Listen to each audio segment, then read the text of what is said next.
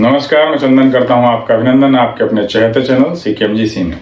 आज की जो घटना है वो नव दाम्पत्य जीवन से जुड़ी हुई है। कुछ ही महीने पहले शादी हुई थी और ये हादसा हो गया। ये कहानी है महाराष्ट्र और गुजरात के बॉर्डर में बसे वलसाड जिले की। वलसाड जिला अपने आप में एक अहम भूमिका निभाता है। यहाँ बहुत सारी फैक्ट्रीज, कंपनीज हैं जिनसे अच्छा खासा रेवेन्यू जनरेट होता है। इसी वलसाड शहर में हरीश भाई अपनी बेटी रुचिका की शादी को लेके बहुत खुश थे, क्योंकि उनकी बेटी रुचिका की शादी वलसाड जिले के ही शख्स जॉली कुमार से हो रही थी, जो खुद का CCTV इंस्टॉलेशन का काम करता था। उसका खुद का व्यवसाय था। बड़े बड़े दफ्तरों, बड़ी बड़ी दुकानों में वो इस काम को करता था। उसका व्यवसाय भी अच्छा चल रहा था।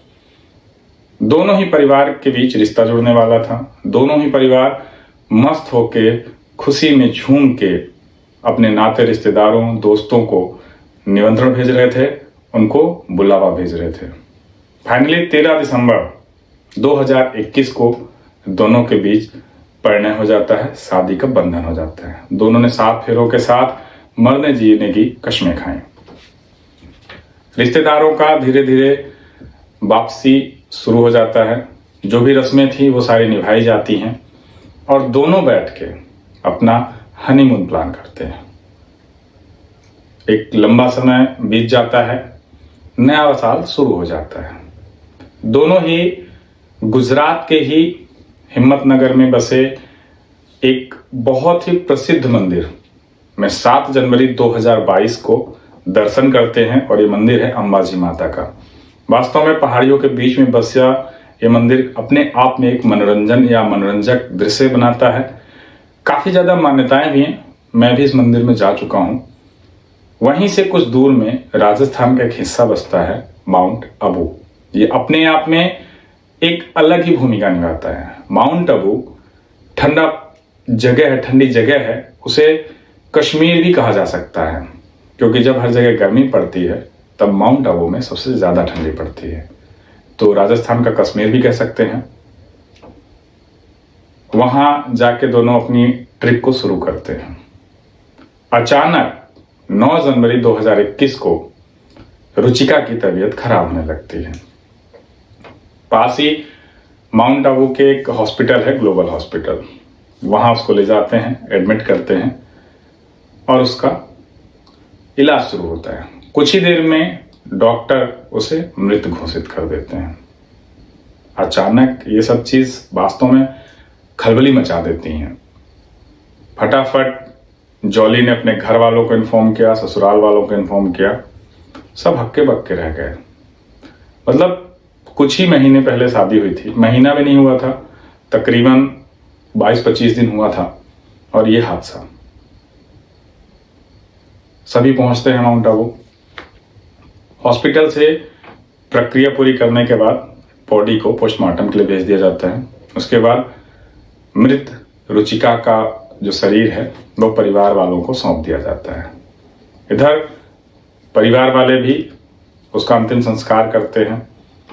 वैष्णव वगैरह होता है, लोग अपना शोक जाहिर करते हैं। दोनों ही परिवार में मातम छाया हुआ था, क्योंकि नई बहू अब इस दुनिया में नहीं थी। इधर पोस्टमार्टम की जो रिपोर्ट है वो भी एक लंबा समय ले रही थी।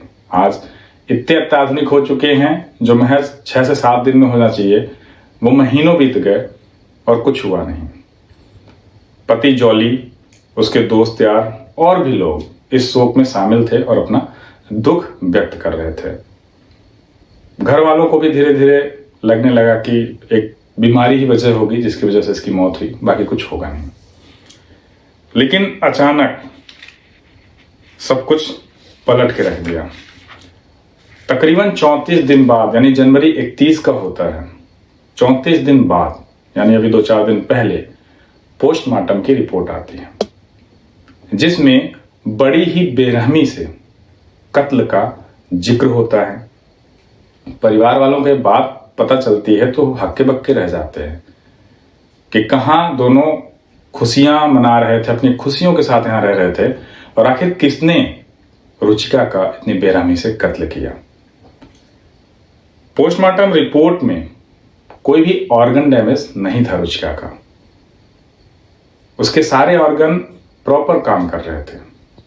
लेकिन जो दूसरी रिपोर्ट, जो उसमें दूसरा पन्ना था जिसमें पूरा डिटेल निकला, वो ये था कि मारने से पहले रुचिका के मुंह में गले तक पत्ते, पेड़ के पत्ते ठूसे गए थे। उसके बाद किसी पेड़ की टहनी, पतली टहनी होती, बहुत तेज लगती है, पतली होती एकदम, इससे भी ज्यादा पतली, उससे उसका गला घोटा गया। उसके बाद किसी भारी भरकम चीज से या भारी तकिया से उसके मुंह को कवर किया गया। उसके बाद कहीं जाके उसकी मौत हुई। अपने आप में एक खौफनाक मंजर आंखों के सामने आ जाता है जब ऐसी कोई रिपोर्ट या ऐसी कोई समाचार, ऐसी कोई जानकारी सामने आती है कि क्या कोहराम रहा होगा, क्या खतरनाक मंजर रहा होगा। उसके बाद पुलिस तक ये बात पहुंचती है तो हरीश भाई, जो कि रुचिका के पिता थे, और परिवार, ये फटाफट माउंट आबू पहुंचते हैं और अपनी एफआईआर दर्ज करवाते हैं। और एफआईआर किसी और के लिए नहीं, पति जॉली के खिलाफ थी। उन्होंने जॉली पे शक जाहिर किया कि जॉली ने शायद ये सब कुछ किया है। अब यहाँ दो चीज सामने आती हैं, या तो ये लव ट्रायंगल था, जॉली किसी और से प्यार करता था, या तो डॉरी। अभी तक इस चीज में कोई खुलासा नहीं हुआ क्योंकि कुछ दिन पहले ही इसकी जानकारी मिली, कुछ दिन पहले इसकी पोस्टमार्टम रिपोर्ट आई है।